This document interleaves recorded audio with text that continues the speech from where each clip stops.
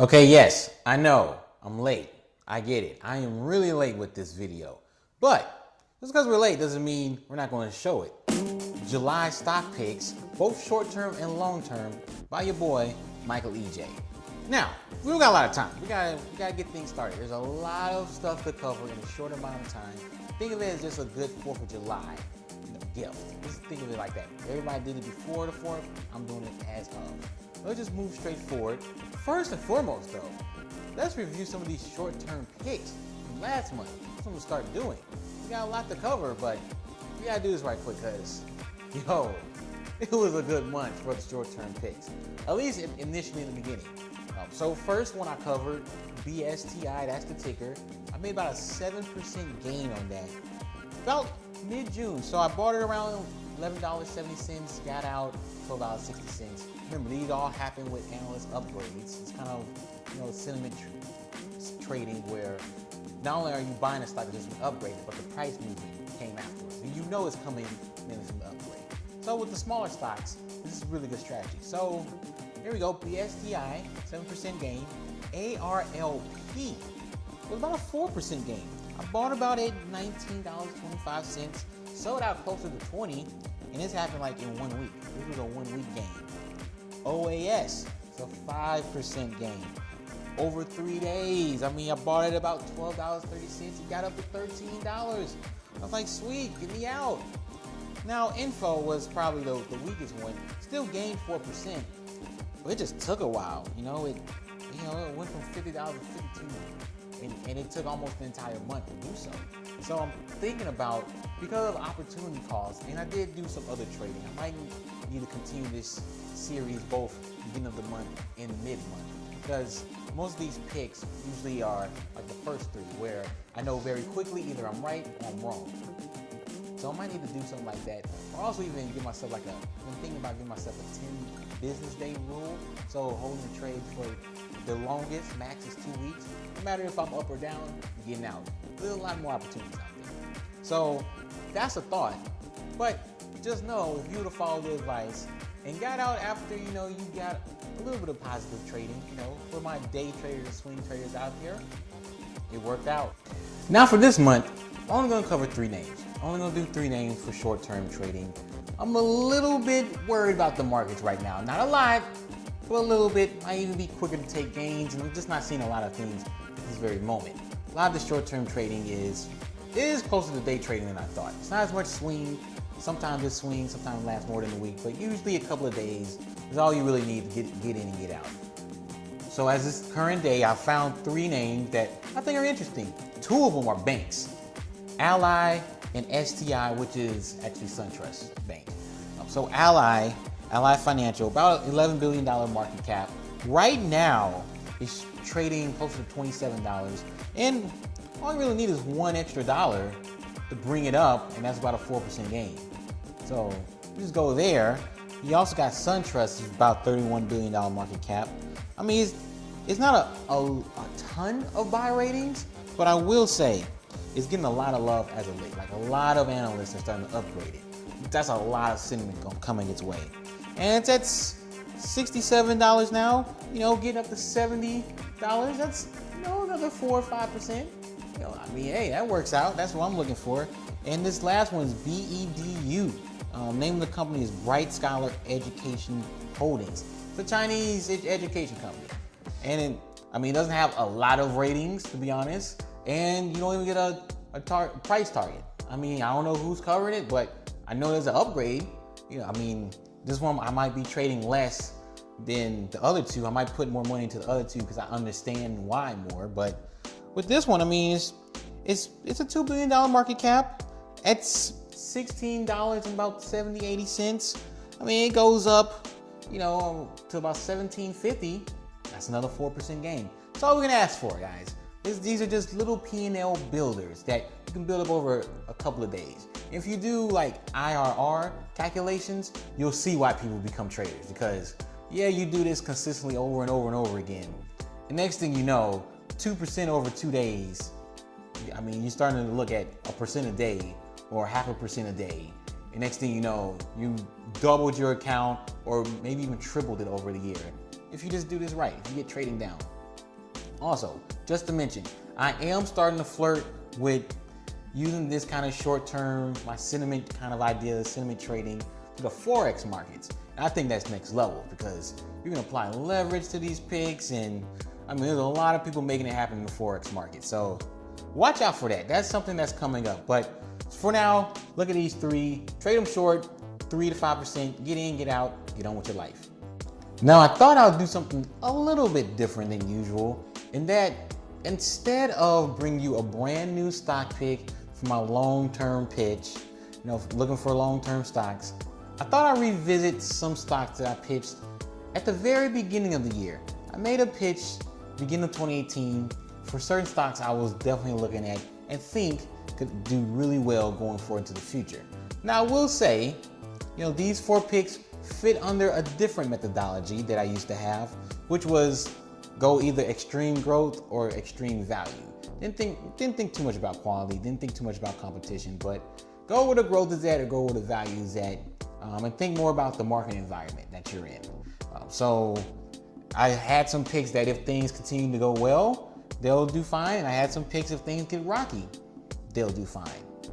Under my new-ish kind of economic stock picking, strategy, a lot of these don't fit anymore. It's not the same.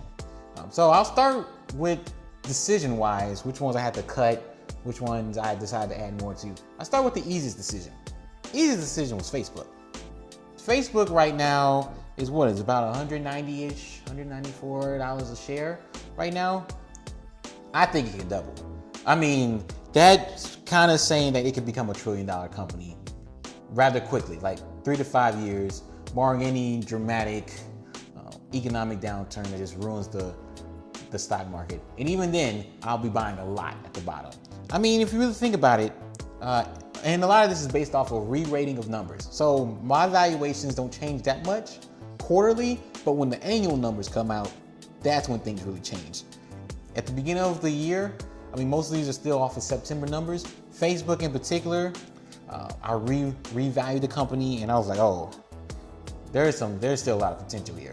And really it stems a lot from that scandal with Cambridge Analytica. I mean, that brought down the share price a little bit, and more importantly, stopped the growth. That stopped all the higher sentiment for Facebook. That brought it down. I mean, I originally bought, I think around $180, if I'm not mistaken. Originally bought around $180, and stock came all the way down to the 160s. Now I'm kind of like, whoa, wait a second. This can work out. Let me buy some more down here. Brought down my average share price to more like 175. It's now at 195 now. I think you can get to 350, 370. And not 3-5 years from now, taking a longer term view. I mean, limited competition, proprietary technology, proprietary data. This is where everybody's on Facebook. Everybody's there. The monthly average users, the daily average users, they haven't changed that much post-scandal. They're doing things to kind of tinker with, not letting this happen again. And even with a little bit of a slowdown in growth and a little bit of a margin deterioration, stock's still worth nearly double where it's at today, going into the future. That's the key, going into the future. I actually think Facebook is slightly undervalued today, and going to the future looks like a great investment. Now, another easy decision to make, but instead of buying more, I start out completely, is ANET, Arista Networks. Right now it's around $257 a share. Now, as a reminder, what they do, they mainly deliver software-driven cloud computer networking, and it's weird. They actually help the data centers. They help larger scale internet companies. They help cloud service providers. They're like early in the food chain. They give it to the data center, and then the data center helps the actual business or the end client. So that's kind of how they're just earlier in. They help the experts in a lot of ways. And the growth of their market is mainly coming from legacy data centers switching over to the cloud. So that's where a lot of their growth is coming from. They got, strategic asset wise, got the ecosystem of different cloud platform products, that customers can use, which is really good, as well as, of course, patents, proprietary technology, trademarks, the typical stuff. So there's a lot there. And I actually took profits twice this year. I mean, they just kept running up. I bought around when I originally made the pitch, it was around $230, and it ran up to $280 twice, like mid-February and mid-March. And I'm like, whew, man, you just keep touching and you're moving fast too. It's not like I had, under when I revalued the company, I'm like, you guys aren't that hot, and you just keep touching where you should be, which is about that 270, 280 range. That's a longer term thought. So, hey, you guys are making this happen relatively quickly. Took profits twice and then completely sold out in May, actually at 250, which I should have waited. Stock ran back up to 270 one more time, but I had to get out because looked at new numbers, thought about the competitive framework, everything, and mostly thought about the justification of that valuation. I mean, as you all know, I'm not really a big price to earnings guy. To me, price to sales and a play off of price to book really helps. But that play involves a lot of accounting changes that needs to happen first. So I mainly use price to sales as my first initial look through. And I just can't support them trading at 11 times sales. Half of that, yes. Even up to about 8 times sales, yes. Okay, I get it. It's a lot of growth, actually pretty profitable, got some really good quality metrics, not really any debt, but yeah, I feel like at 11 times sales, most of all that growth is already priced in. Now, this one's actually gonna disappoint one of my subscribers, but HUN, Huntsman Corp, at $29 a share now. I sold out of it, man. Sorry to let you down. I sold out of it. And just as a reminder, they're mainly a manufacturer of organic chemical products. They sell like rigid foams, coatings, adhesive sealants, that's what their products are used for. And mainly used in the aerospace, automotive, personal care, electronics, engineering, construction industries. So it's a broad-based use. It's used out, but I originally bought $33 a share, so it's down year to date. This was more my defensive pick. Things get a little rocky, they should hold up just fine. And like I said before, differentiated products in various sectors, and whenever a crash happens, I just expect them to be doing better. And they're focused more on quality, lowering debt levels, increasing profitability. But man, I sold out in April for about $30. And here's why. There's a reason why this company's cheap. There's a reason why. And trading now at less than 1 time sales, 0.8 times sales, maybe 11 times earnings.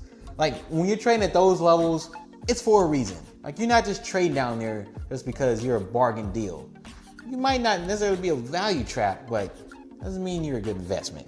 And the reason it's cheap, there's a lot of business complexities going on. They just spun off a business segment, which makes the numbers look a little funky.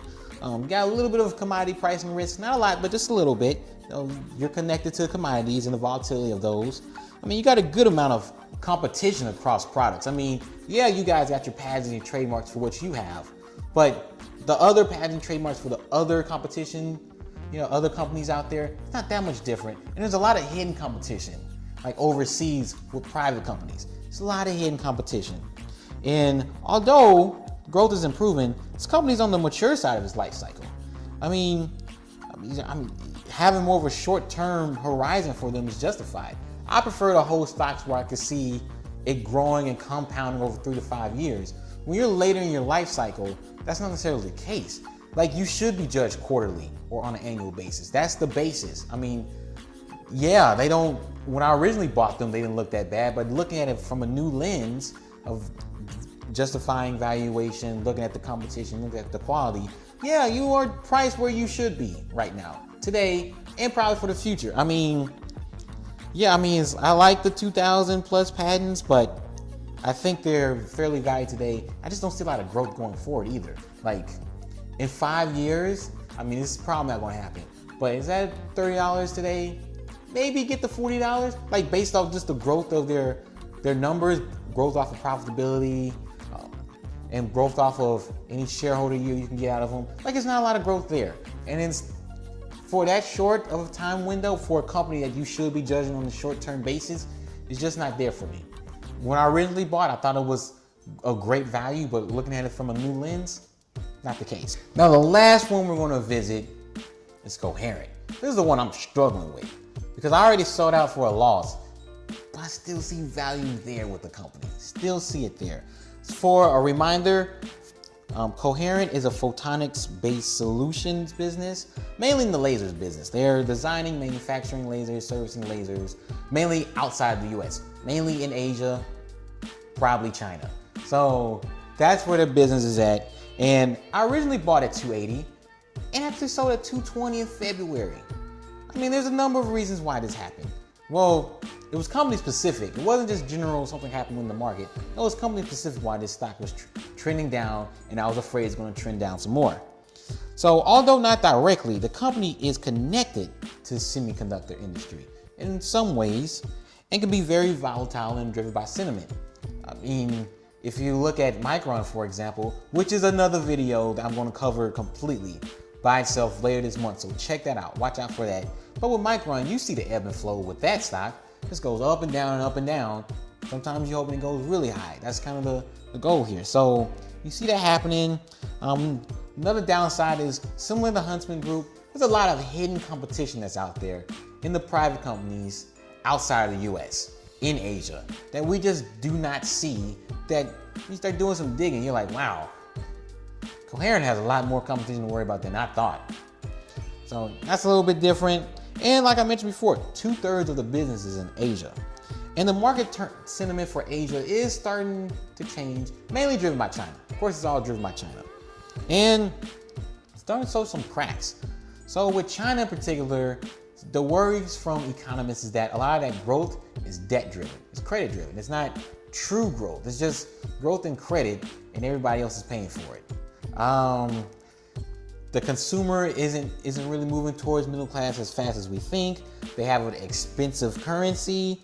I mean, in an inefficient economy with the financial institutions being state-owned. I mean, look, all these little things are starting to show. So the sentiment towards China isn't as high in the markets as it used to be. And Coherent is suffering because of that. But now the stock is like in the 150s. And I am considering buying it again. I know it might be a value trap, but I am still considering it. And here's why. I mean, it's still a high quality business. Still have some pretty good profitability. And I think even though the stock should be judged on a short-term basis, I think the stock is undervalued today. But like 40, 50%. Like this stock should easily be trading close to where I bought it at. And even, you know, definitely above where I sold at. Should be trading above 220, maybe 250 today. Not even considering going to the future. Like today, this stock is undervalued. Now, this might be more of a value plus catalyst situation, so I might need to wait till the stock pop up. But on a valuation standpoint, I think stock's worth it. I mean, it's trading at 2x sales and about 15 times earnings. And I'm making the case maybe 30, 40, 50% higher than that. So closer to maybe 20 times earnings and 3 times sales. I mean, that's the case I'm making here.